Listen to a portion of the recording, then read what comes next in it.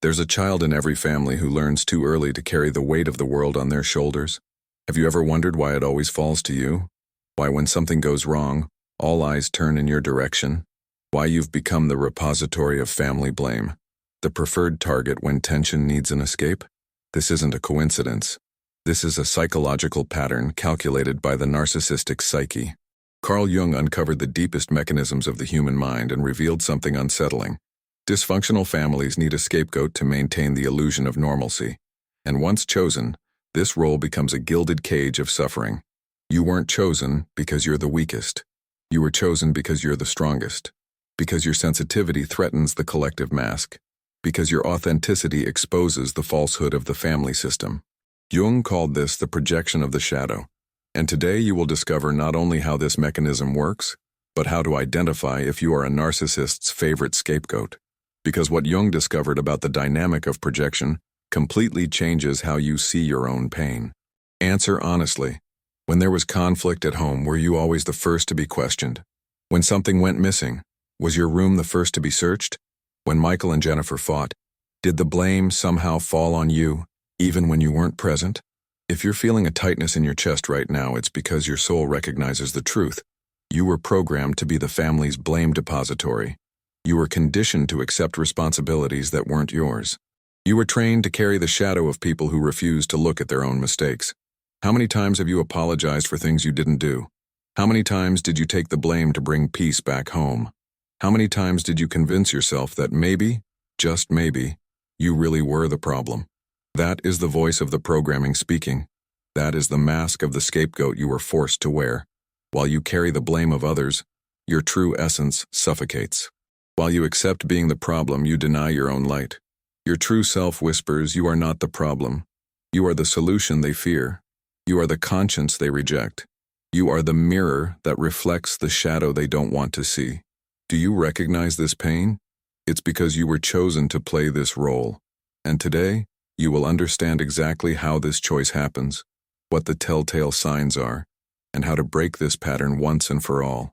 To understand why you became the favorite scapegoat, we need to delve into the psychology of narcissistic projection. Jung discovered that the human psyche has a region called the shadow. Everything we reject, deny, or consider unacceptable in ourselves. Healthy people do the internal work of integrating this shadow. They acknowledge their flaws, take responsibility for their mistakes, and bravely look at their wounds. But the narcissist operates completely differently. They project their shadow onto the surrounding environment, especially onto those closest to them. Imagine the narcissist as an emotional black hole. They absorb all light and energy around them, but project their darkness onto others. They cannot tolerate the idea that they might be wrong, that they might be imperfect, that they might bear some responsibility for family problems. So they choose someone to be their shadow depository. And this person is not chosen randomly. The scapegoat possesses specific characteristics that make them the perfect candidate. High sensitivity, the ability to absorb others' emotions, a natural tendency towards introspection, and most importantly, the ability to feel genuine guilt. The narcissist intuitively knows that you have a moral conscience. They know that you will question yourself, take on responsibilities, and carry the emotional weight that they refuse to carry. You become the guardian of the family shadow, keeping everyone else free from the need to look within. Now that you understand the mechanism, let's identify the telltale signs that you have become a narcissist's favorite scapegoat. The first sign is systematic blame. You notice that regardless of the situation, somehow you always end up being held responsible. If Michael and Jennifer fight, it's because you caused stress. If there are financial problems, it's because you spend too much. If someone is in a bad mood, it's because you did something to provoke them. This pattern is no coincidence. It's deliberate programming. The narcissist trains the entire family to look at you when something goes wrong. You become the emotional lightning rod of the house, absorbing all the tension and conflict that others refuse to process. The second sign is emotional isolation within your own home. You feel like you don't belong, even when you're at home. Your emotions are minimized, your needs are ignored, your feelings are invalidated. When you express pain, you're told you're being dramatic. When you ask for support, you're told you're being demanding. This happens because your emotional authenticity threatens the narcissistic dynamic. Your ability to feel deeply exposes the superficiality of others, so you are punished for being real, for being human, for having legitimate emotional needs. The third sign is early responsibility. From childhood, you were forced to be more mature than you should have been. You became the mediator of family conflicts, the emotional caretaker of Michael and Jennifer, the one responsible for keeping the peace. You lost your childhood taking on responsibilities that should never have been yours. Jung understood that when a child is forced to carry the emotional weight of adults, they develop what he called the wounded healer complex. You learn that your worth is conditioned on your ability to solve others' problems, even at the expense of your own well-being. The fourth sign is even more revealing. You have become hypersensitive to the emotional atmosphere around you. You sense when someone is irritated before they even realize it. You detect subtle tensions, mood swings, unverbalized conflicts.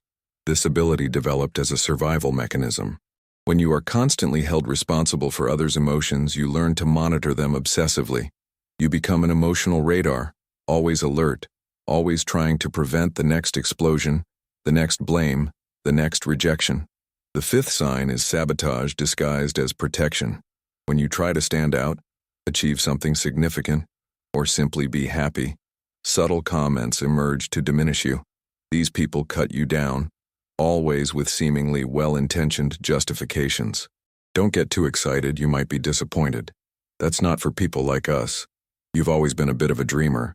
These seemingly innocent phrases are precise projectiles against your self-esteem. The narcissist needs you to remain small because your expansion threatens the control they exert over you.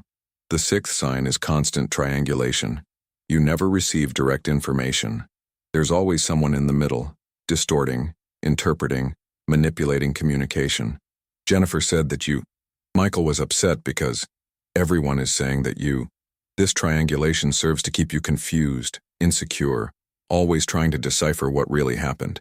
You lose confidence in your own perception because reality is always being filtered and distorted by third parties. The seventh sign is the most painful of all: punishment for authenticity. Every time you try to express yourself genuinely, show who you really are, defend your needs, or set boundaries, you are punished. This punishment can come in the form of anger, coldness, emotional manipulation, or simply being ignored. The narcissist needs you to remain in the version they created for you. When you try to step out of the script, when you dare to be authentic, the entire system mobilizes to put you back in your place. Because your individuation threatens the entire family dynamic based on projection. This is the most revealing sign, because it shows that you are not loved for who you are, but tolerated for the role you play. And when you refuse to play that role, conditional love disappears, revealing its true nature.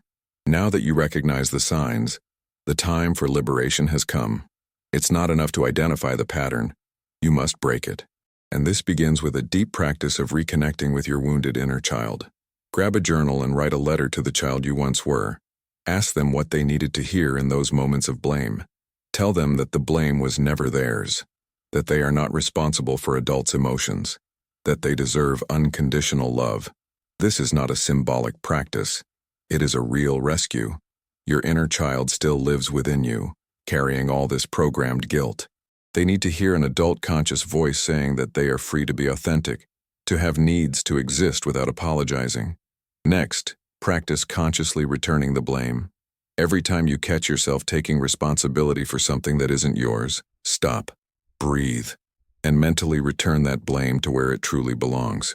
Visualize yourself taking a weight off your shoulders and placing it on the ground. Also, develop what Jung called the transcendent function, the ability to integrate opposites. You can be sensitive without being responsible for others' emotions. You can be empathetic without being the repository of family pain. You can carry your own shadow without carrying the shadow of others. True healing happens when you stop identifying with the scapegoat role and start identifying with your true essence. You are not the family's problem. You are the family's conscience. You are not the depository of blame. You are the portal to healing. You've come this far because your soul was ready to hear this truth. You can no longer pretend you don't know, can no longer passively accept the role they tried to impose on you. You now have the tools to recognize narcissistic projection and free yourself from it. You are now the observer of your own story. You see the patterns, understand the mechanisms, recognize the manipulations. You are no longer the unconscious scapegoat. You are the conscious hero of your individuation journey. With each passing day, you become stronger in your authenticity. With each boundary you set, you reclaim a piece of your soul. With each no, you say to blame that isn't yours. You say yes to the person you truly are. Comment on which of these signs impacted you the most. What was your biggest moment of recognition? Your courage to look at this pain inspires others to do the same. Like if you felt the strength to break this pattern, subscribe to continue this journey of liberation from family programming. Remember, you have carried the shadow of others long enough. Now it's time to shine with your own light. You were not born to be anyone's problem. You were born to be the solution to your own life. The journey back to your true self is just beginning. Integrate.